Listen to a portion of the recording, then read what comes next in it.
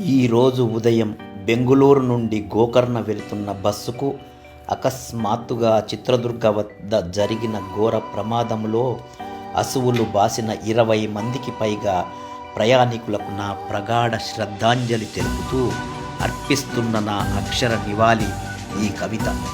అమ్మ తోడు బస్సెక్కాలంటేనే భయమేస్తుంది. అమ్మ తోడు బస్సెక్కాలంటేనే భయమేస్తుంది.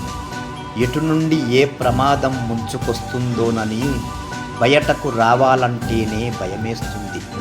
చేవెళ్ళ మరియు బెంగుళూరు వరుస ప్రమాదాలతో అమ్మ తోడు బస్సెక్కాలంటేనే భయమేస్తుంది. గుంతల సడకులు, సడకు నిండా గతుకులు, పరిమితికి మించిన టిప్పర్లలో కంకర ఇసుకలు, రవాణా పరిమితులు లేని రవాణా శకటాలు. ఈ ఘోరమైన ప్రమాదాలకు బాధ్యులు ఎవ్వరు?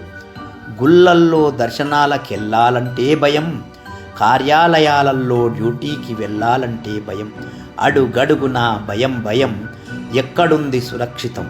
గాఢ నిద్రలో అధికార గణం, భయం గుప్పిట్లో అమాయక జనం. నిర్లక్ష్యపు నీడలో అతివేగంతో వాహన చోదకులు, నిఘా కొరవైన అధికారులు, బలి అయితున్న అమాయకులు. ఇకనైనా నిద్ర లేవండి, ప్రతి ఒక్కరూ మేల్కొనండి. జాగ్రత్తలు పాటించండి, అజాగ్రత్తను సూటిగా ప్రశ్నించండి. జై హింద్, మీ కొండా మోహన్.